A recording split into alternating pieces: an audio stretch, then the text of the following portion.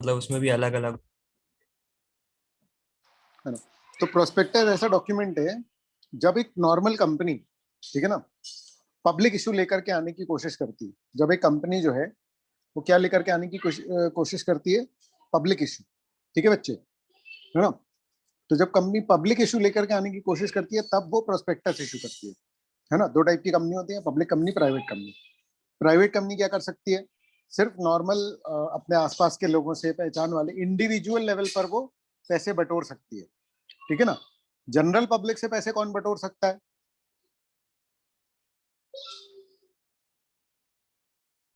Sir hello. हाँ हाँ। Sir क्या बोले, आपकी आवाज कट रही है। आवाज कट रही है, एक सेकेंड। जनरल पब्लिक से पैसे कौन बटोर सकता है? जनरल पब्लिक से पैसे कौन बटोर सकता है? Public company. Public company, public, हाँ है ना। और पब्लिक कंपनी में भी जब वो क्या हो जाए, लिस्ट हो, लिस्टेड। है ना। पब्लिक कंपनी में भी उसको क्या होना पड़ेगा बेटा, लिस्ट होना पड़ेगा। तब जाकर के वो क्या कर पाएगी, पब्लिक से पैसे ले पाएगी। ये ठीक बात है। हेलो हेलो हेलो, हाँ यस सर। है ना। Yes sir. क्योंकि listing होता है ना जब एक्सचेंज में, ठीक है, तब आपको पब्लिक इशू करना अलाउ होता है। मर्चेंट बैंकर वगैरह अपन अपॉइंट करते हैं। जो लोग बहुत ग्रुप्स वाले होंगे तो सिक्योरिटीज पढ़ा होगा आप लोगों ने, तो प्रोस्पेक्टस हाँ का मेन तो उसमें है ना। ठीक है। सर, तो या इन्वेस्टमेंट बैंक करता है ना सर? इन्वेस्टमेंट बैंकर नहीं, मर्चेंट बैंकर। ठीक है। Investment okay. बैंकर जनरल लोगों के पैसे लेकर के इन्वेस्ट करता है कंपनीज में। ठीक है। Okay sir. इन्वेस्टमेंट बैंकर जो होता है उसका काम क्या होता है, मेरी आवाज तो नहीं कट रही है ना, बताते रहना। ठीक है। इन्वेस्टमेंट बैंकर जो होता है ना, वो जैसे कि तुम्हारे पास खूब पैसे हैं, समझ रहे हो, तो इन्वेस्टमेंट बैंकर बोलेगा लाओ मुझे, तो मैं इन्वेस्ट करता हूँ अच्छी जगह पे। ये काम होता है इन्वेस्टमेंट बैंकर का। और इशू मैनेजमेंट का काम किसका होता है, मर्चेंट बैंकर का। ठीक है। ओके खैर, सर। है ना। प्रोस्पेक्टस क्या होता है कि वो डॉक्यूमेंट, है ना, जिसको हमको इशू करना पड़ता है। देखो ना, जनरल मतलब क्या था, अगर आपको याद हो कि कंपनी ने सोचा कि चलो पब्लिक से पैसे लेते हैं, है ना। तो हमने बोला यार पब्लिक के साथ धोखा वोखा नहीं होना चाहिए। तो हमने कहा कि यार देखो, आपको जब भी पब्लिक को इशू करना है ना, तो एक पूरा इंफॉर्मेशन दो लोगों को। उस इंफॉर्मेशन को देने के लिए जो डॉक्यूमेंट बनाया गया ऑफिशियली, उसका नाम क्या रखा गया, प्रोस्पेक्टस। ठीक है ना। हम्म। तो ये बनाया ऐसे गया है कि भैया आपको प्रोस्पेक्टस बनाना ही पड़ेगा। समझ रहे, अगर आप पब्लिक इशू कर रहे हो तो ये ऐसा नहीं है कि प्रोस्पेक्टा इशू कर रहे हो तो पब्लिक इशू कर सकते हो। आ रहा है समझ में? ठीक है। ये ऐसा है कि भैया अगर पब्लिक इशू करना है तो प्रोस्पेक्टस देना ही पड़ेगा। ठीक है। हमने कहा कि यार कुछ कुछ केसेस में शेल्फ प्रोस्पेक्टस भी लग जाएगा और कुछ कुछ केसेस में रेड हेरिंग भी लग जाएगा। ठीक है ना। तो ये आगे है इसका डिस्कशन, शेल्फ और रेड हेरिंग का। तो ये सिर्फ डेफिनेशन में है। अगर प्रोस्पेक्टस क्या होता है इसकी बात करें तो shelf prospectus, red herring prospectus, ये दोनों उसमें आ जाते हैं। ठीक है बेटा, है ना। अब दो मेन है, एक होता है पब्लिक ऑफर और एक होता है प्राइवेट प्लेसमेंट।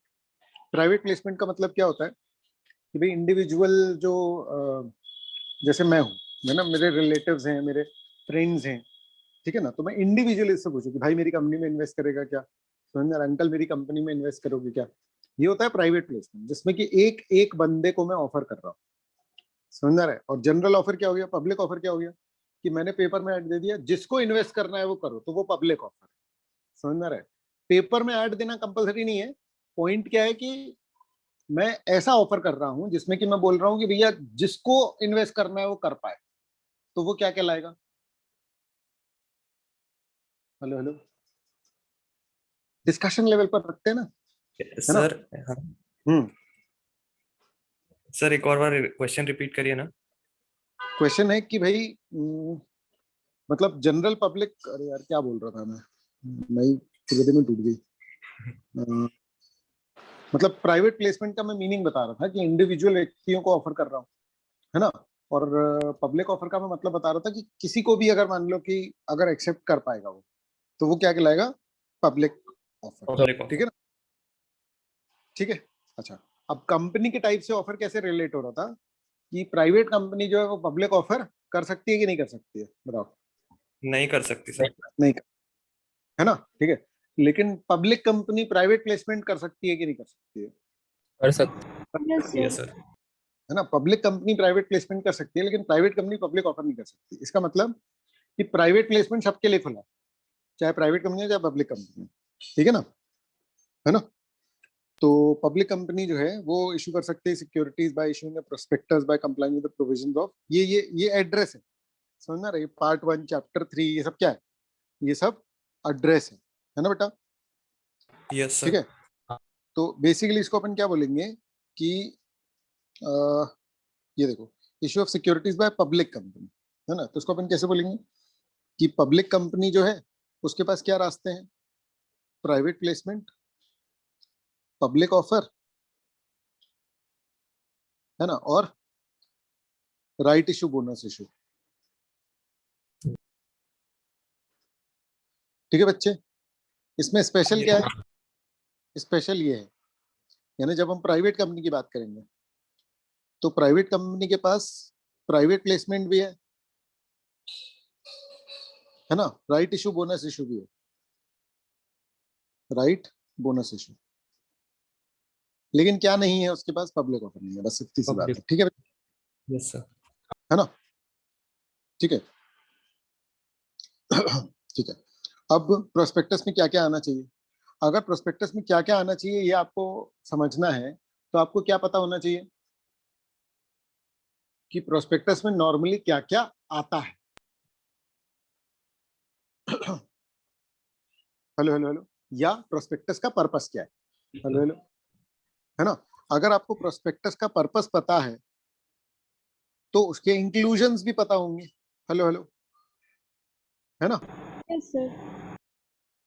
ठीक है, जो शांत जगह बैठा हो तो माइक ऑन कर लो, जिसके यहाँ कोई हल्ला वल्ला ना हो रहा हो तो वो माइक ऑन ही कर लो, है ना, ताकि फिर अपन Yes. डिस्कशन पाएंगे, है ना, ठीक है। तो क्या क्या मैटर अपने को प्रोस्पेक्टस में इंक्लूड करने पड़ते हैं, तो अगर अपन जनरल लेवल पर सोचे ना, जनरल लेवल पर, तो इसको अपन कैसे बोलेंगे, सारी, कितनी इंफॉर्मेशन देनी पड़ेगी आपको, सारी, जितनी हो पाए, क्योंकि गवर्नमेंट लॉज के जरिए किसका भला सोच रही है, पब्लिक किसका का। भला, पब्लिक का।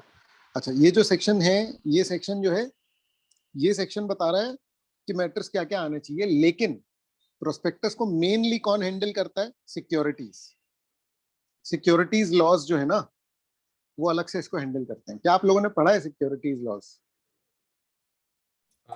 सर पढ़ा नहीं है पर पता है। है ना।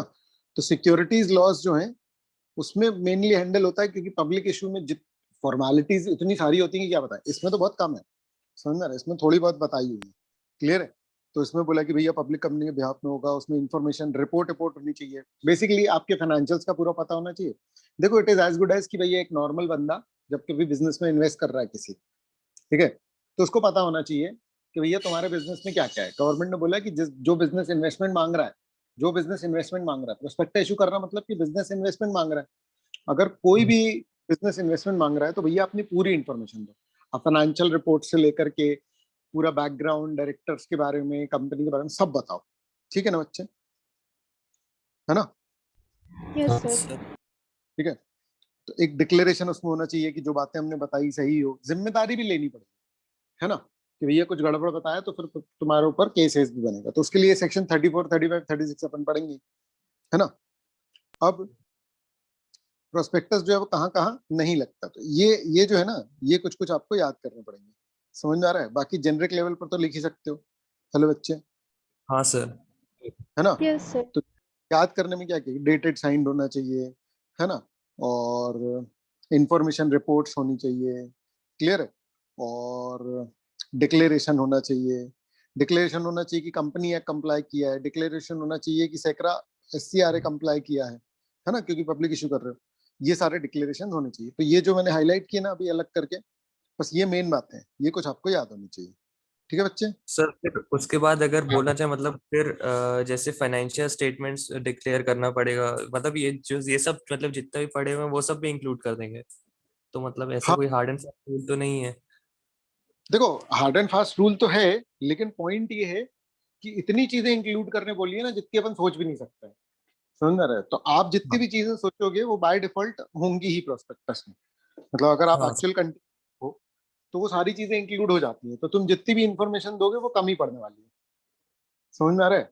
इसलिए आपका आंसर गलत नहीं होगा, है ना? Yes sir. लेकिन हाँ, यस। जेनरिक चीज इंक्लूड कर ही लेना। ठीक है। नॉन एप्लीकेबिलिटी कब होगी? जैसे राइट इशू वगैरह होता है, तो राइट इशू में मैं जनरल पब्लिक को थोड़ी ऑफर करता हूँ। राइट इशू अब तो आप पढ़ चुके हैं, क्या होता है राइट इशू बताओ? ये मतलब फर्दर एग्जिस्टिंग शेयर होल्डर्स को फर्दर ऑफर करते हैं अपन। एग्जिस्टिंग शेयर होल्डर्स को क्या करते हैं अपन, है ना, फर्दर ऑफर करते हैं। ठीक है, कि और ले लो सिक्योरिटीज। तो अब यहाँ पर मुझे ना कोई एडवर्टाइजमेंट करने की जरूरत है, जो लोग ऑलरेडी इन्वेस्ट कर चुके हैं उनको तो मैं सब बता ही चुका हूँ ना। उनको तो पहली बार में तो प्रोस्पेक्टस इशू किया होगा मैंने, और सेकेंडरी मार्केट में प्रोस्पेक्टस की जरूरत पड़ती नहीं है। ये लाइन समझ में आ रही है? सेकेंडरी मार्केट में तो प्रोस्पेक्टस की जरूरत नहीं पड़ती है। हेलो हेलो, हाँ। है ना? मतलब जब फर्स्ट टाइम इशू लेकर के आती है कंपनी मार्केट में, है ना, स्टॉक एक्सचेंज में, तो उसको प्रोस्पेक्टस की जरूरत पड़ती है। उसके बाद जब हैंड्स चेंज होते हैं, मतलब मैंने अगर शेयर कंपनी से खरीदा जब इशू हो रहा है तब मुझे प्रोस्पेक्टस लगेगा। लेकिन अगर मैं शेयर उस बंदे से खरीद रहा हूँ जो ऑलरेडी खरीद चुका है, तो फिर प्रोस्पेक्टस की नीड नहीं है। ठीक है बेटा? हाँ। Yes, yes. sir. है ना? ठीक है, फिर क्या है? तो इसलिए राइट इशू में नहीं लगता, क्योंकि राइट इशू कोई जनरल पब्लिक ऑफर तो है नहीं, है कि नहीं? इसलिए उसमें प्रोस्पेक्टस की जरूरत होती नहीं है। क्लियर है? और शेल्फ प्रोस्पेक्टस के केस में भी नहीं होती। क्यों? शेल्फ प्रोस्पेक्टस क्या था याद है? कि एक साल में दोबारा इशू लेकर के आए, तो पूरी पूरी इंफॉर्मेशन नहीं देनी पड़ती, सिर्फ चेंज इंफॉर्मेशन देनी पड़ती है। एक ही साल में अगर दोबारा इशू लेकर के आए तो सिर्फ चेंज्ड इंफॉर्मेशन जो है वो देनी पड़ती है। ठीक है बच्चे? बोलो बोलो बोलो यस बोलो, सर। है ना? फिर क्या है? Legal rules as to prospectus, है ना? प्रोस्पेक्टस के लीगल रूल्स क्या है? तो डेट होनी चाहिए। समझ आ रहा है? ठीक है, डेट क्यों जरूरी है? क्योंकि जिस दिन प्रोस्पेक्टस के बाद ही आप ऑफर ऑफर जो है वो करोगे, है ना? ठीक है। ये- और उसकी कॉपी एक किसके पास देनी पड़ती है आपको? रजिस्ट्रार के पास। समझ में आ रहा है? ठीक है। तो no Yes. Prospectus shall by और on behalf of company in relation to intended company unless उससे पहले हमने उसकी कॉपी जो है वो डिलीवर कर दी हो रजिस्ट्रार के पास। ठीक है। तो रजिस्ट्रार तो अपना मंदिर है, कुछ भी नया काम करने जाओगे तो पहले जाकर के रजिस्ट्रार का दरवाजा खटखटाना ही पड़ेगा, है ना? और लिख भी दो, प्रोस्पेक्टस में लिख भी दो कि भैया देखो ये हमने रजिस्ट्रार तो को दे दिया है। समझ में आ रहा है? ठीक है। ये क्यों लिखवा रहे हैं? समझ में आ रहा है? ये क्यों लिखवा रहे हैं? तो अजीब सी बात है। पॉइंट ये है कि ना मतलब जिम्मेदारी तय हो जाती है। कल को तुमने नहीं किया तो ऑब्वियस सी बात है, फिर तुम्हारा प्रोस्पेक्टस झूठा हो जाएगा। तो अगर आपको याद हो, अपन ने पढ़ा था मिसलीडिंग प्रोस्पेक्टस के अलग आपके ऊपर इम्प्लीकेशन आ सकते Yes. हैं। Yes sir. अब टाइम लिमिट क्या है? तो टाइम लिमिट इसमें जैसे भी बताया हो, देखो मैं दो तरीके से चल रहा हूँ। समझना रहे? एक तो आपको एग्जाम में आएंगी सिचुएशंस और एक आएंगे डायरेक्ट क्वेश्चंस। ठीक है। जो सिचुएशंस ये आएंगी तो किस तरीके की आएंगी कि भैया ऐसा ऐसा हो रहा है ना? तो वहां दो लेवल पर आपको क्वेश्चन सॉल्व करना पड़ सकता है। एक तो कि भी डायरेक्ट क्वेश्चन आया तो सीधे सीधे प्रोविजन के बेस पे, और एक आ रहा है आपको सिचुएशन बेस पे। तो सिचुएशन बेस पे आपको प्रोविजन की अंडरस्टैंडिंग ज्यादा काम आएगी। क्लियर है क्या? है ना? तो इसलिए मैं अंडरस्टैंडिंग लेवल पर डिस्कशन कर रहा हूँ। ठीक है। कुछ भी चेंज करना हो, कुछ भी हो तो बता देना, अपन बहुत दिन बाद पढ़ रहे हैं ना, है ना? तो डिफरेंट हो हाँ। सकता है। इन्फॉर्म्ड रखना, मुझे फीडबैक देते रहोगे तो सारा अपन ज्यादा अच्छे से कर पाएंगे। ठीक है। सर। तो हाँ, सर बस आप अपने हिसाब से बताते रहिएगा, मतलब कौन से ऐसा कोई प्रोविजन है क्या जिसमें मतलब मेनली मतलब थोड़ा याद करने वाला ज्यादा है या फिर समझना उसमें ज्यादा है, तो फिर आप वो बस बता दीजिएगा अपने हिसाब से। देखो मैं जब पढ़ाता हूँ ना तो मैं समझाता हूँ कौन सा प्रोविजन ज्यादा, जो कॉम्प्लेक्स ज्यादा होगा। आ रहा है समझ? ठीक है। फिर अपन एक काम करेंगे ना कि अगर अपन इसको जल्दी निपटा लें, ठीक है, तो अपन लोग क्वेश्चन आंसर्स पे डिस्कशन कर सकते हैं। मतलब कि पास्ट के एग्जाम में जो आए हुए क्वेश्चंस और आंसर्स हैं, समझ आ रहा है, उन पे अपन ये- डिस्कशन कर सकते हैं। हाँ सर, वो क्लियर है? बेस्ट है। हाँ सर। है ना? तो क्योंकि एक्चुअली में सबसे ज्यादा जरूरी वो है कि कंटेंट फटाफट निपटाओ और क्वेश्चन आंसर दो। क्योंकि एक्चुअली एग्जाम में जो क्वेश्चन आंसर आते हैं ना, एग्जाम में जो क्वेश्चन आते हैं वो कई बार किसी एक सिंगल डेप्थ वाले पॉइंट पे आ जाते हैं। समझ में आ रहा है?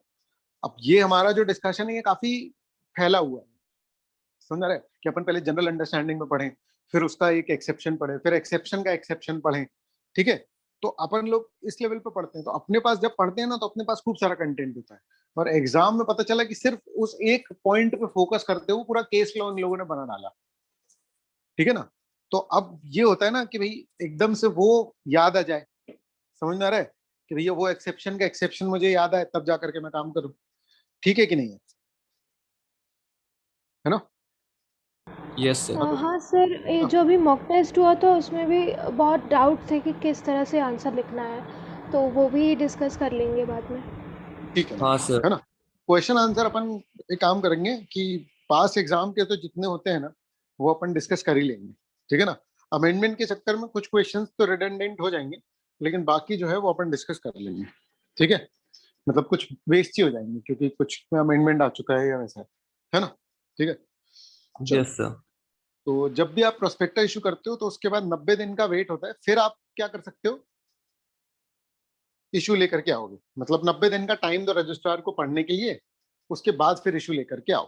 है ना। तो टाइम लिमिट क्या है पब्लिक इशू के लिए? पब्लिक इशू के लिए टाइम लिमिट है कि 90 डेज पहले आपको देना पड़ेगा। 90 डेज पहले देना पड़ेगा। इसको ऐसे समझो कि जब डिलीवर करो रजिस्ट्रार के पास, सॉरी उसके 90 दिन के अंदर अंदर क्या कर दो, इशू कर दो। क्योंकि फिर इंफॉर्मेशन पुरानी हो जाएगी, प्रोस्पेक्टस में इंफॉर्मेशन होती है। फिर 3 महीने हो गए, 90 दिन मतलब लगभग 3 महीने, तो उसके अंदर अंदर इशू लेकर के आ जाना। समझ गए बात को? हाँ ये सर। है ना। ठीक है। अच्छा, उसके बाद फिर प्रोस्पेक्टस में तो तुम खूब बड़ा चढ़ा करके सब लिखोगे, समझ में आ रहे? ठीक है कि ऐसा भी होता है वैसे भी होता है। तो अब मान लो कि तुम्हारा कोई प्रोडक्ट है या कोई मार्केट शेयर या कोई भी ऐसी बात है जिसके लिए तुमने किसी एक्सपर्ट को बुलाया, और तुमने बोला कि भैया हे एक्सपर्ट, हमारी कुछ बातें जो है वो इंक्लूड कर दो इसमें, जिससे कि लोग जो है अट्रैक्ट हो जाए इन्वेस्टमेंट करने के लिए। हमने एक्सपर्ट को बुलाया, अब एक्सपर्ट ने स्टेटमेंट दिया। ठीक है। तो अब लोग तो लेवर हो जाएंगे ना। ठीक है। लेकिन हम लॉज में क्या पढ़ रहे हैं कि भैया सरकार ख्याल रख रही है किसका, जनता का, कि भैया झूठी बातें ना हो। तो एक्सपर्ट के स्टेटमेंट की जो बात है वो कैसी होगी कि आप, तो लॉज ने कंपनीज को बोला कि भैया देखो, प्रोस्पेक्टस में एक्सपर्ट का स्टेटमेंट इंक्लूड करना है, तो ये बातों का ध्यान रखना पड़ेगा। हमने कहा अच्छा भैया क्या क्या ध्यान रखना पड़ेगा? तो उन्होंने बोला कि देखो, एक तो वो एक्सपर्ट ही हो, ऐसे कोई चलते फिरते को तुम एक्सपर्ट बना करके नहीं तुम प्रोजेक्ट करोगे। समझ में आ रहा है? ठीक है। यस दूसरा, कि वो जो एक्सपर्ट है वो तुम्हारे मैनेजमेंट का पार्ट नहीं होना चाहिए, क्योंकि वो तो फिर तुम्हारी बड़ाई ही करेगा ना। समझ में आ रहा है? तो वो हाँ किसी सर। तरीके वगैरह में एंगेज्ड ना हो। ठीक है। तीसरी बात, कि तुम एक्सपर्ट्स से तुमने ऐसी बात करी और उसके बाद उसका स्टेटमेंट डाल दिया, पर चला एक्सपर्ट को पता ही नहीं कि उसका स्टेटमेंट है, तो एक्सपर्ट से रिटन में कंसेंट लो। ठीक है। कि हाँ वो तैयार है कि उसका स्टेटमेंट तुम अपने प्रोस्पेक्टस में इंक्लूड कर रहे हो।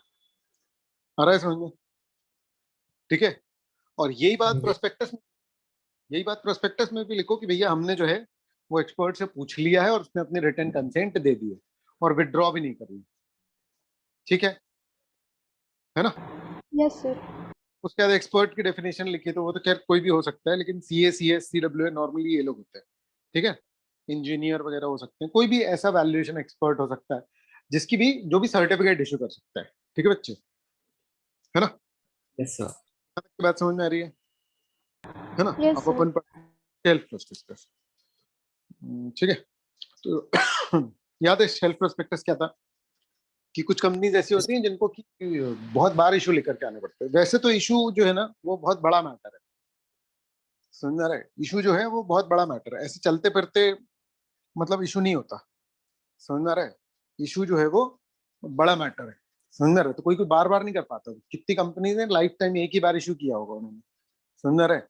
तो फर्दर इशू हो सकता है 10 साल बाद किया हो किसी कंपनी ने, है ना, किसी ने 5 साल बाद किया हो, तो बहुत छोटा मैटर नहीं, बड़ा मैटर। लेकिन जो बहुत बड़ी कंपनीज होती हैं, कुछ कुछ में ऐसा हो सकता है कि उनको 1 साल में ही दोबारा जरूरत पड़ जाएगी। ठीक है। अब अगर 1 साल में ही दोबारा जरूरत पड़ जाएगी तो भैया मैंने जो इन्फॉर्मेशन दी अभी, जब मैंने फर्स्ट टाइम इशू लेकर के आया तो पूरा प्रोस्पेक्टस बनाया, सारी इन्फॉर्मेशन उसमें रिकॉर्ड करी, अरे महीनों महीनों लग जाते हैं वो इन्फॉर्मेशन पूरी कंपाइल करने में। समझ में आ रहा है? पूरी टीम लगती है। इशू मैनेजमेंट कोई छोटा काम नहीं है, बहुत बड़ा काम है। कि कोई कंपनी पब्लिक से पैसे मांग रही है तो उसमें इतने हजार टाइप के कंप्लाइंसेस लगते हैं कि क्या बताएं। अब पॉइंट ये है कि भैया जैसे ही दोबारा इशू लेकर के आए, दोबारा इशू लेकर के आने वाले हैं, तो फिर से कंप्लाइंसेस वाली बात आ गई, है ना।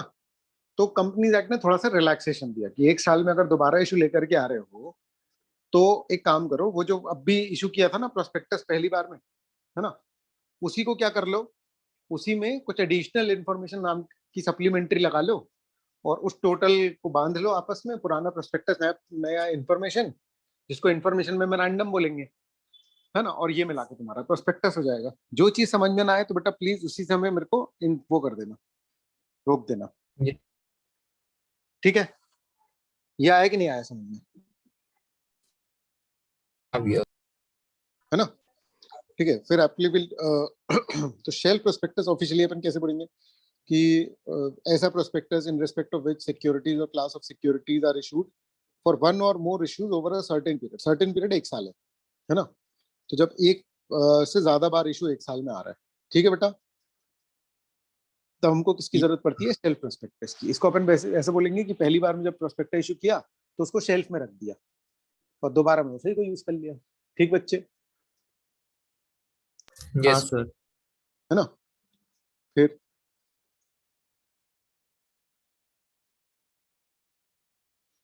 ठीक है, फिर एप्लीकेबिलिटी तो कुछ पर्टिकुलर क्लास ऑफ कंपनीज के लिए लगेगा, सेबी जिसको बताएगा, ठीक है ना, ये भी हमारा मैटर नहीं है। कैसे इशू करेंगे? तो पहले आप सेल्फ प्रोस्पेक्टस फाइल कर दो।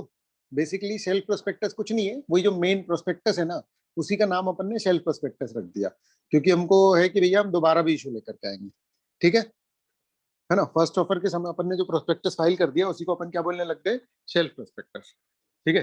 तो हमने कहा ये 1 साल तक वैलिड है, मतलब अब 1 साल के अंदर अंदर जब दोबारा इशू लेकर के आओगे तो यही प्रोस्पेक्टस और एडिशनल इंफॉर्मेशन, जो एडिशनल इंफॉर्मेशन उसका ऑफिशियल नाम क्या है? इंफॉर्मेशन मेमोरेंडम, है ना। तो उसको लेकर के जोड़ देना, तो आपको फिर फ्रेश प्रोस्पेक्टस बनाने की जरूरत नहीं पड़ेगी। समझ में आ रहा है? देखो ऐसा मत समझना कि सिर्फ एक बुक छापनी है, इंफॉर्मेशन है तो नया प्रोस्पेक्टस इशू हो सकता है। हजार तरीके के कंप्लायंसेस हैं जिनसे बच जाते हैं अपन दोबारा इशू लाने में। समझ में आ रहा है? क्योंकि बहुत ज्यादा टाइम नहीं हुआ है, अभी अभी तो इशू लेकर के आए थे, तो हमने वो सारे कंप्लायंसेस किए ही हुए, तो वो सारे कंप्लायंसेस रिपीट ना हो इसके लिए ये सेल्फ प्रोस्पेक्टस का रोल रखा गया है। ठीक है बच्चे, बोलो। सर बस एक बार सर, मतलब मुझे हमेशा ही कंफ्यूजन होता है सर, सेल्फ प्रोस्पेक्टस और इंफॉर्मेशन मेमोरेंडम में डिफरेंस क्या है? अरे भाई, शेल्फ प्रोस्पेक्टस तो पूरा फुल प्रोस्पेक्टस है जो पहली बार में ऑफर लेकर के आए, तो अपन ने पूरा प्रोस्पेक्टस हाँ जो फाइल, बिल्कुल नॉर्मल नॉर्मल प्रोस्पेक्टस जो अपना शेल्फ प्रोस्पेक्टस है। हाँ पॉइंट हाँ ये हाँ। है कि जब अपन हम्म दूसरी बार ऑफर लेकर के आ रहे हैं तो हमने हम्म। हमने कहा अच्छा, अभी अभी कितने दिन पहले लेकर के आए थे? अच्छा 6 महीने पहले लेकर के आए थे प्रोस्पेक्टस, इशू लेकर के आए थे, तो उठाना जरा वो वाला प्रोस्पेक्टस, है ना। तो 6 महीने वाले प्रोस्पेक्टस में कब तक की इंफॉर्मेशन होगी? 6 महीने पहले तक की, जब मीट लगे। बल्कि और एक आध महीने पहले तक की होगी उसमें। तो हम्म अभी हम्म, जो 7 महीने में जो जो हुआ वो भी तो पता चलना चाहिए ना। अब तुम दोबारा पैसे मांग रहे हो ना लोगों से, पब्लिक से दोबारा पैसे मांग रहे हो, तो इस हाँ। बीते 6 महीने में जो जो हुआ वो बताओगे नहीं? तो ये जो बीते 6 महीने में जो हाँ जो हुआ कागज में बताओगे, उस कागज का नाम क्या है? Information information. मेमोरेंडम। समझ गए? हाँ सर, मतलब बस जो शेल्फ प्रोस्पेक्टस के केस में इंफॉर्मेशन मेमोरेंडम भी फाइल किया जाता है ना? बिल्कुल बिल्कुल बिल्कुल, बस ओके। ठीक है हाँ। है ना। ठीक है। तो हाँ, आप लोगों को पुराने क्वेश्चन ऐसे मिलेंगे एक्चुअली। पुराने समय में रेड हेरिंग के साथ भी एक होता था, तो पुराने क्वेश्चन से कंफ्यूज मत होना। समझ में आ रहा है? ठीक है, वो दिक्कत कर सकता है। ठीक है, तो ये हो गया। अब वैलिडिटी इसकी कितनी रहती है? 1 साल। समझ में आ रहा है? यस। ठीक है ना। तो 1 साल में आप दोबारा इशू लेकर के आ सकते हैं। इंफॉर्मेशन मेमोरेंडम फिर वही लिखा हुआ है कि इंफॉर्मेशन मेमोरेंडम। तो फिर ये भी इन लोगों ने डिफाइन किया है कि इंफॉर्मेशन मेमोरेंडम में क्या क्या बताओगे। तो अगर आपको पर्पस क्लियर है प्रोस्पेक्टस काय के लिए होता है, तो ऑब्वियसली बात है आपको फिर इंफॉर्मेशन मेमोरेंडम का भी पर्पस जो है वो क्लियर हो जाएगा, है ना। तो सोच के देखो इंफॉर्मेशन मेमोरेंडम का क्या पर्पस होगा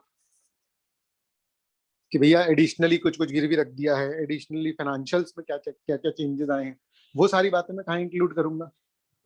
इंफॉर्मेशन मेमोरेंडम। इंफॉर्मेशन ठीक बात है, मेमोरेंडम। कोई दिक्कत तो नहीं, है ना। No sir. ठीक है ना, ओके। उसके बाद फिर, है ना, उसके बाद फिर क्या है देखो, वेरिएशन। जब तुम ये लेकर के आ रहे हो चेंज इन्फॉर्मेशन, तो जो ओरिजिनल जो 6 महीने पहले इशू किया था प्रोस्पेक्टस, जिसको शेल्फ बोल रहे थे अपन, उसमें अगर कोई चेंजेस हैं तो उनको अपन बोल रहे हैं वेरिएशंस वगैरह। हेलो हेलो, yes, है ना? Yes sir. तो अगर अभी तुम दोबारा लेकर के आ रहे हो और किसी बंदे ने तुम्हारे पास पुराने प्रोस्पेक्टस के बेसिस पे अगर तुम्हारे पास पैसे भेज दिए, तो क्या करेंगे अपन? उसने चेक दे दिया कि भैया हमको शेयर दे दो, और हमको जैसे ही पता लगा कि अरे भैया तुमको नई वाली इन्फॉर्मेशन नहीं पता है, तो हम उसको नई वाली इन्फॉर्मेशन देंगे, है ना? फिर 15 दिन का वेट करेंगे कि हाँ भाई अभी भी तेरे को खरीदना है शेयर, अभी भी तेरे को इन्वेस्ट करना है क्या? समझ में आ रहा है? तो उसका कोई जवाब नहीं आया तो अपन हाँ मान लेंगे कि हाँ भाई ठीक है। समझ में आ रहा है? 15 दिन दे रहे हैं कि विड्रॉ कर ले अपने पैसे, उसने पैसे भेज दिए पुरानी इन्फॉर्मेशन के ही बेस पे। समझे? Hello yes hello, sir. Yes है ना? सर। तो अपन ने उसको मौका दिया कि भाई एक काम कर, तू ना, तेरे पास मौका है कि तू अभी वो कर ले, वापस ले ले। तो हम उसको नई इन्फॉर्मेशन बताएंगे जो भी वेरिएशन यानी चेंज, किस चीज में चेंज, इन्फॉर्मेशन में चेंज, ठीक है ना? तो वो चेंज अपन बताएंगे और उसके बाद फिर अपन बोलेंगे कि हाँ भाई विड्रॉ करना है क्या तेरे को, है ना? और अगर विड्रॉ करना है तो कर ले। समझ में आ रहा है ना? क्योंकि अब अपन ने चेंज इन्फॉर्मेशन जो है वो उसको दे दी है।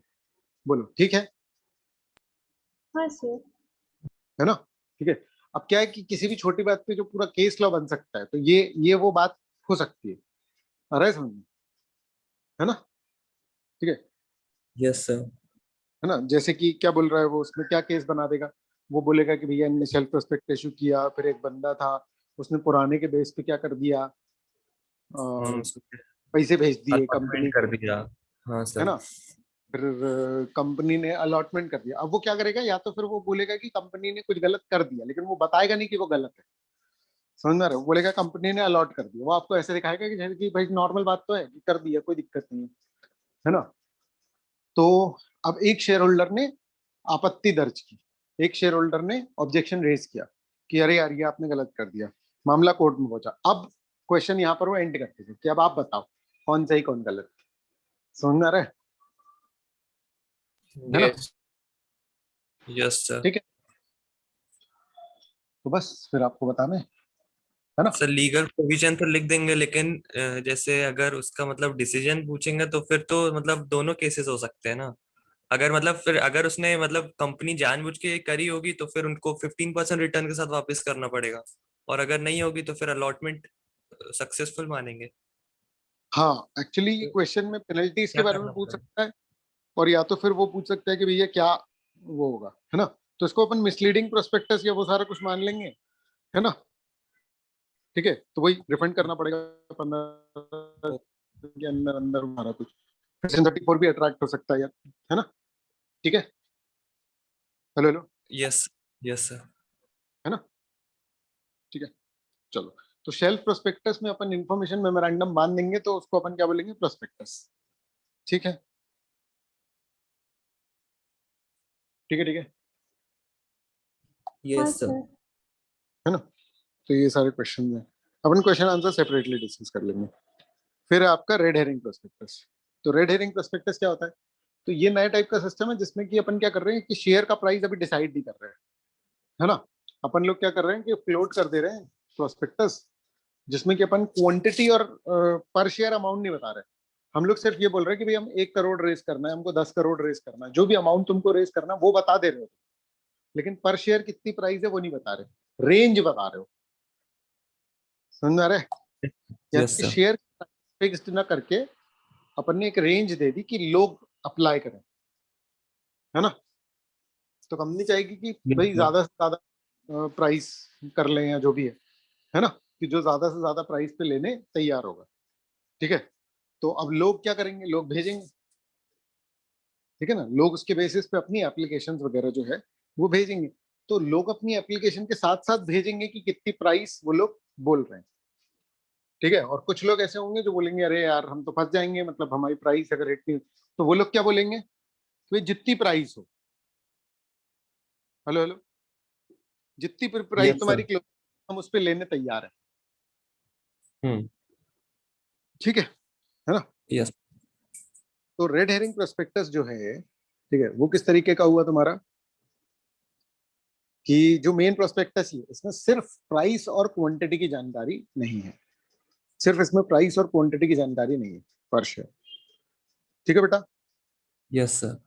है ना? अब इसके कुछ लीगल प्रोविजंस हैं कि भाई है ना, आपको मेन प्रोस्पेक्टस के पहले इसको करना पड़ेगा लोगों में फ्लोट, और ठीक है ना, अगर आप रेड हेरिंग कर रहे हो तो 3 दिन पहले आप फाइल कर दो, सब्सक्रिप्शन लिस्ट ओपन होने के 3 दिन पहले आप रजिस्ट्रार के पास दे दोगे। ठीक है? फिर जब ऑफर क्लोज होगा, मतलब जब लोग भेज देंगे अपने हिसाब से, तो फिर फाइनल प्रोस्पेक्टस जो है वो आप रजिस्ट्रार के पास फाइल करोगे और सेबी के पास फाइल करोगे। ये याद करने वाला मैटर है। समझ में आ रहा है क्या? Yes sir. यस। हाँ। ठीक है बेटा?